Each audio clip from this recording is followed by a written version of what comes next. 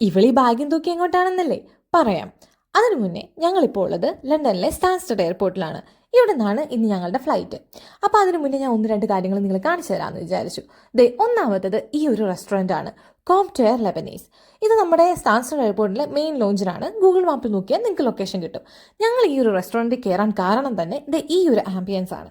പുറത്തുനിന്ന് നോക്കിയപ്പോൾ തന്നെ ഒരുപാട് ഇഷ്ടപ്പെട്ടു. അകത്ത് കയറി കഴിഞ്ഞപ്പോഴോ ഒന്നും കൂടെ വളരെ മനോഹരമായിട്ടുണ്ടായിരുന്നു. ഈ ഒരു ഇൻറ്റീരിയർ ആണെങ്കിലും അതിൻ്റെ അകത്തിരിക്കുമ്പോഴുള്ളൊരു കിട്ടുന്നൊരു ഫീൽ ആണെങ്കിലും എവറിത്തിങ് വാസ് അബ്സല്യൂട്ട്ലി ഗുഡ്. പിന്നെ ഞങ്ങൾ ഇവിടുന്ന് ട്രൈ ചെയ്തത് ഈ ഒരു മെസ്സി പ്ലാറ്ററാണ്, 2 പേർക്കുള്ളത്. അതും അടിപൊളിയായിരുന്നു. ഒരു ലെബനീസ് ക്യുസീനാണ് അവിടെ മെയിനായിട്ടും കിട്ടുന്നത്. അപ്പോൾ ഇനി ഞങ്ങൾ എങ്ങോട്ടാ പോകുന്നതെന്ന് പറയാം. എൻ്റെ സെക്കൻഡ് ഷെങ്കൻ കൺട്രി ആയിട്ടുള്ള ഹംഗറിയിലെ ബുഡാപെസ്റ്റ് എന്ന് പറയുന്ന സ്ഥലത്തേക്കാണ് ഞങ്ങൾ ഇന്ന് പോകുന്നത്.